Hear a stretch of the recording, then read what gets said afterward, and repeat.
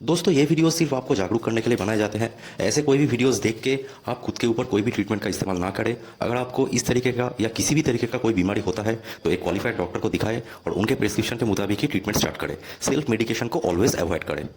ये एक बहुत ही कॉमन प्रॉब्लम है। मोस्टली इस प्रॉब्लम को लेके लड़कियां ही मेरे पास दिखाने के लिए आते हैं, पर यह प्रॉब्लम लड़कों में भी हो सकता है।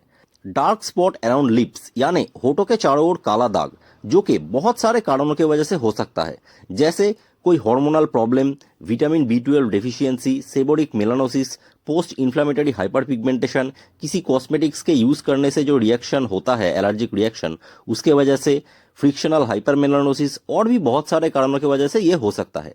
मेरे पास मोस्ट कॉमनली जो पेशेंट्स आते हैं उनमें मैं देखता हूं कि सेबोरिक मेलानोसिस और पोस्ट इन्फ्लेमेटरी हाइपरपिगमेंटेशन, इन दोनों कारणों की वजह से ही ये काला दाग सबसे कॉमनली देखा जाता है। तो सबसे पहले तो पोस्ट इन्फ्लेमेटरी हाइपरपिगमेंटेशन को डिफरेंशिएट करना बहुत जरूरी होता है। मतलब ये जानना होगा कि पहले कुछ अलग दिखने वाला स्किन का बीमारी होठों के चारों ओर हुआ था या पहले दिन से ही वहां पे कालापन दिखाई दे रहा है। अगर पोस्ट इन्फ्लेमेटरी हाइपरपिगमेंटेशन का हमें पता चलता है तो उसका ट्रीटमेंट एकदम अलग है, जिस बारे में किसी और वीडियो में मैं डिटेल्स में बात करूंगा।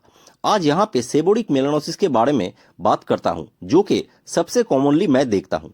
इसमें एक्चुअली स्कैल्प में सेबोरिक डर्माटाइटिस होता है और उसके साथ होठों के चारों ओर पहले सेबोरिक डर्माटाइटिस होता है, फिर बाद में पोस्ट इन्फ्लेमेटरी हाइपरपिगमेंटेशन या काला दाग हो सकता है। पर कभी कभी इनिशियल सेबोरिक डर्माटाइटिस का पता ही नहीं चलता है और एकदम पहले दिन से ही काला काला दाग दिखाई देना स्टार्ट हो जाता है।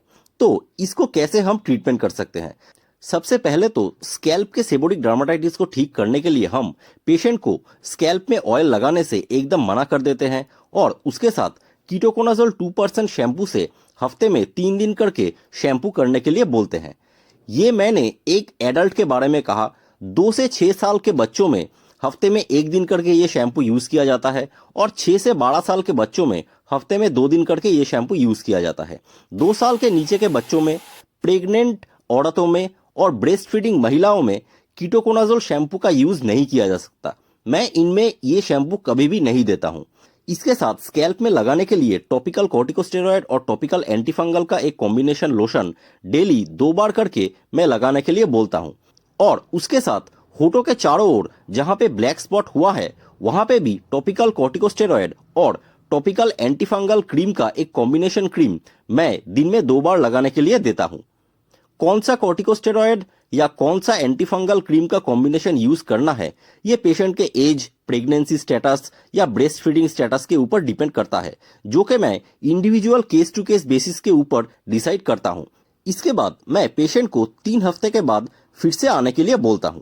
अब मोस्ट ऑफ द केसेस में तो 3 हफ्तों में ये काला दाग बहुत हद तक ठीक हो जाता है, पर जिनको 3 हफ्ते के बाद भी एक्सपेक्टेड इंप्रूवमेंट नहीं होता है, उनमें मैं यही सोचता हूं कि सेबोरिक मेलानोसिस के साथ शायद पोस्ट इन्फ्लेमेटरी हाइपरपिगमेंटेशन और फ्रिक्शनल मेलानोसिस भी रह सकता है। तो उस वक्त हमें दूसरे इलाजों के बारे में सोचना पड़ता है। ये दूसरे इलाज कौन से हैं, इस बारे में मैं पोस्ट इन्फ्लेमेटरी हाइपरपिगमेंटेशन वाला जो वीडियो होगा उसमें डिटेल में डिस्कस करूंगा। आई होप ये शॉर्ट वीडियो आपको अच्छा लगा हो। Take care.